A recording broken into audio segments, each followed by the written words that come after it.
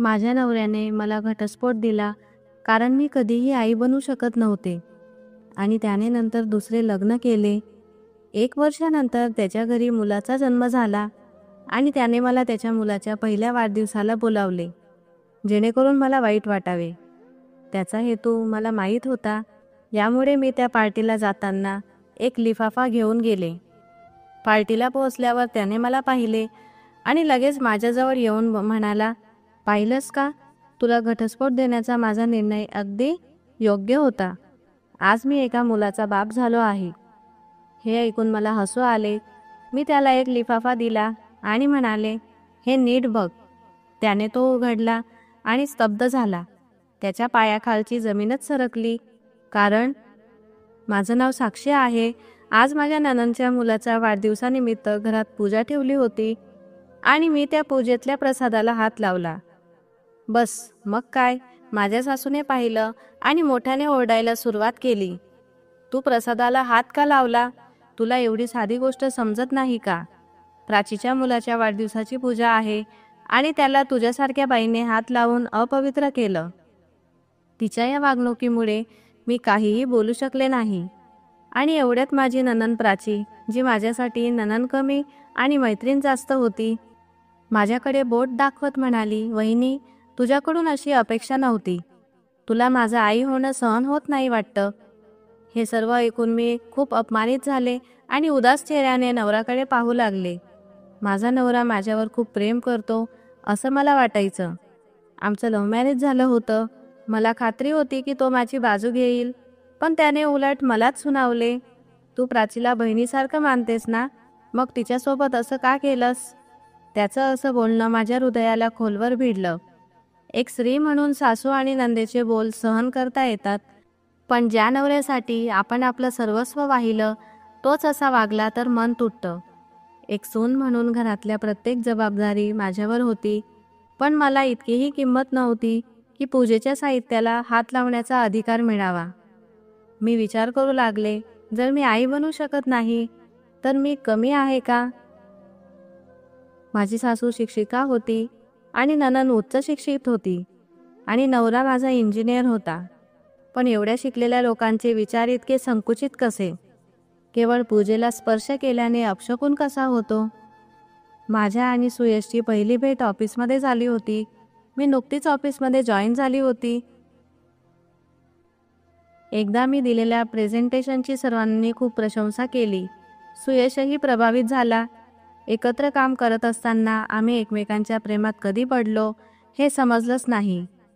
जेव्हा आम्ही घरच्यांना सांगितले तेव्हा त्यांनीही लग्नाला संमती दिली आणि आमचं लग्न झालं. माझे सासरे आणि नणंद खूप चांगले होते. मला वाटायचे इतका चांगला नवरा मिळाला म्हणून मी खूप नशीबवान आहे. लग्नाच्या आधीच मी सुयशला सांगितलं होतं की सुरुवातीच्या काही वर्षात मला मूल नको आहे. आधी आपली लाईफ एन्जॉय करू, मग मुलं. घरच्यांनीही 2-3 वर्ष काहीही विचारलं नाही. पण लग्नाला 5 वर्ष होताच लोकांनी टोमणे मारायला सुरुवात केली. सुरुवातीला नवरा काही बोलत नव्हता, पण तो हळूहळू बदलत गेला. तो फक्त आवश्यक बोलायचा. नवऱ्या बायकोसारखं आमचं नातं राहिलं नव्हतं. मी माझं दुःख कुणाला सांगू? मला कोण समजून घेईल? आता आमच्या लग्नाला 8 वर्ष झाली होती. मला वाटलं की सुयश आज तरी माझ्याशी मनमोकळं बोलेल, म्हणून मी त्याच्या आवडीचा नाश्ता दिला. पण त्याने शांतपणे नाश्ता केला आणि एकही शब्द न बोलता ऑफिसला निघून गेला. सुयश ऑफिसला गेल्यानंतर मी ऑफिसमध्ये फोन करून सांगितले की माझी तब्येत ठीक नाही आणि त्यामुळे सुट्टी घेतली. पण सुयशने एकदाही विचारले नाही की मी सुट्टी का घेतली, माझी तब्येत बरी आहे का. मी रात्रीच्या जेवणासाठी त्याच्या आवडीची पालक पनीर, कोफ्ते आणि बरेच पदार्थ बनवले. बेडरूम सुंदर फुलांनी आणि मेणबत्त्यांनी सजवले. त्याला लाल रंग खूप आवडायचा, म्हणून मी लाल रंगाची साडी नेसली. मला पूर्ण खात्री होती की आज सुयश त्याची चुप्पी तोडेल आणि बोलेल. मी त्याला दत्तक मुलाबाबत मन वळवू शकेन. पण जेव्हा तो घरी आला तेव्हा त्याने माझ्याकडे एक नजरसुद्धा टाकली नाही. मला वाटले की कदाचित बेडरूममध्ये आल्यावर तो काही बोलेल, पण सगळं उलटच झालं. बोलणं तर दूरच, त्याने माझ्याकडे बघितलं सुद्धा नाही. थोड्या वेळाने मला राहावेना. मीच विचारले, "आज आपल्या लग्नाचा वाढदिवस आहे. तो सुद्धा विसरलास का तू? हे ऐकून तो हसत म्हणाला, अरे नाही नाही, हा दिवस मी विसरू शकत नाही, कारण आजच्या दिवशीच तर एक पांगळं ओझं माझ्या गळ्यात पडलं होतं. त्याचे हे शब्द ऐकून माझ्या पायाखालची जमीनच सरकली. मी माझे अश्रू आवरत म्हणाले, आपण मूल दत्तक घेऊ शकत नाही का? यावर तो संतापून म्हणाला, मी तुला कित्येक वेळा सांगितलं आहे आणि या विषयावर कित्येकदा वादही झाले आहेत की मी दुसऱ्याचं रक्त स्वीकारू शकत नाही.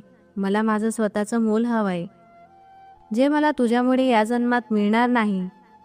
तो पुढे म्हणाला, आणि हो, आज आपल्या लग्नाचा वाढदिवस आहे ना, म्हणून मी तुझ्यासाठी एक खास गिफ्ट आणलंय. माझ्या मनात विचार आला, जो माणूस कायम मला नकार देत आलाय, तो माझ्यासाठी काय गिफ्ट आणेल? जेव्हा मी त्या गिफ्टचं पाकिट उघडलं, तेव्हा पाहते तर काय, ते घटस्फोटाची कागदपत्र होती. त्या कागदांवर नजर जाताच मला विश्वासच बसला नाही. जो माणूस माझ्यावर जीव लावायचा, माझ्या प्रत्येक गोष्टीचं कौतुक करायचा, ज्या नवऱ्याने प्रत्येक सुखदुःखात माझा हात धरला होता, तोच फक्त एका मुलासाठी मला सोडून देणार? असं वाटलं की जणू आकाश माझ्यावर कोसळलं. मन आक्रंदून रडू लागलं, पण मी स्वतःला सावरत ताबडतोब त्या घटस्फोटाच्या कागदावर सही केली. जेव्हा त्याच्या मनात माझ्यासाठी प्रेमच उरले नव्हते, तर अशा माणसासोबत राहण्यात काय अर्थ होता? दुसऱ्या दिवशी मी ते घर सोडून निघून गेले. सुयशला हवं होतं तेच झालं. काही दिवसांनी मी खूप प्रयत्न करून माझी बदली दुसऱ्या ब्रँचमध्ये करून घेतली, कारण त्याच्यासोबत काम करणं म्हणजे जुन्या जखमांना पुन्हा कुरवाळण्यासारखं होतं. 1 महिन्यातच त्याने दुसरं लग्न केलं आणि वर्षभरातच कळालं की त्याला मुलगा झाला. या आनंदात त्याने मोठी पार्टी ठेवली आणि माझ्या अपमानासाठी मला सुद्धा बोलावलं. मीही त्या पार्टीला गेले. मला पाहताच तो माझ्याजवळ आला आणि हसतच म्हणाला, बघ, तुला घटस्फोट देण्याचा माझा निर्णय किती योग्य होता. आज मी बाप झालो आहे. मी शांतपणे त्याला पिता झाल्याबद्दल शुभेच्छा दिल्या आणि माझ्याजवळ असलेलं एक पाकिट त्याच्या हातात दिलं. मी म्हणाले, माझ्याकडून तुझ्यासाठी एक सरप्राईज गिफ्ट आहे. त्याने गोंधळून पाकिट उघडलं आणि जेव्हा त्याने ते पाकिट उघडून पाहिले, तेव्हा त्याच्या डोळ्यासमोर आले त्याचे मेडिकल रिपोर्ट्स. त्या रिपोर्टमध्ये स्पष्ट लिहिलं होतं की तो कधीही बाप बनू शकत नाही. हे पाहून तो सुन्न झाला. डिसेंबरच्या कडाक्याच्या थंडीत सुद्धा तो पूर्ण घामाघूम झाला होता. त्याने घाबरून आपल्या नवीन बायकोकडे पाहिले, पण तिची खाली झुकलेली नजरच पुरेसं उत्तर देत होती. मी हळूच हसले आणि न बोलता तिथून निघून गेले. दुसऱ्या दिवशी सुयश आणि त्याची आई माझ्या घरी आले. दोघांनाही समजत नव्हतं की काय बोलावं. काही वेळाने सुयश बोलू लागला, तो मेडिकल रिपोर्ट?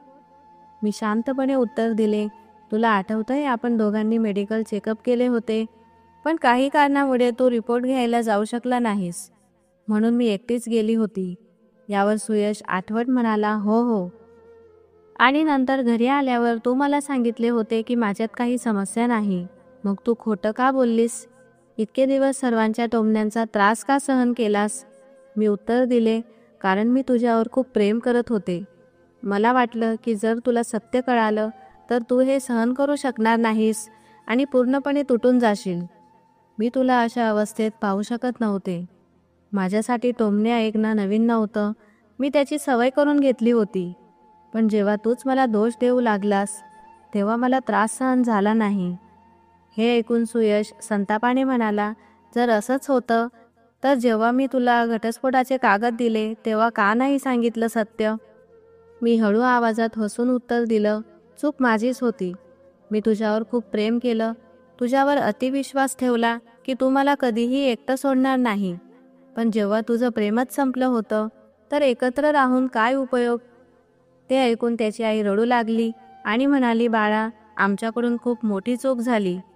सुनबाई, शक्य असेल तर आम्हाला माफ कर आणि सगळं विसरून पुन्हा आपल्या घरी चल. मी शांतपणे उत्तर दिलं, इथं माफ करण्याचा किंवा न करण्याचा प्रश्नच नाही. हा प्रश्न स्वाभिमानाचा आहे. मी आता त्या घरात परत जाऊ शकत नाही. मी पुढे म्हणाले, मी तुला ते सरप्राईज गिफ्ट दिलं कारण मला हे बघायचं होतं की जेव्हा तुला सत्य कळेल तेव्हा तू दुसऱ्याचं मूल, दुसऱ्याचं रक्त स्वीकारशील का? कारण जेव्हा मी दत्तक घेण्याचा प्रस्ताव ठेवला होता तेव्हा तू तुच्छतेने नकार दिला होतास. हे सगळं यातून एक गोष्ट स्पष्ट होते, पुरुष नेहमी स्वतःला श्रेष्ठ समजतो आणि स्त्रीला दुर्बळ मानतो. पण कधीकधी दोष पुरुषांमध्येही असतो, हे ते सहज विसरतात. आणि जेव्हा सत्य समोर येतं तेव्हा खूप उशीर झालेला असतो.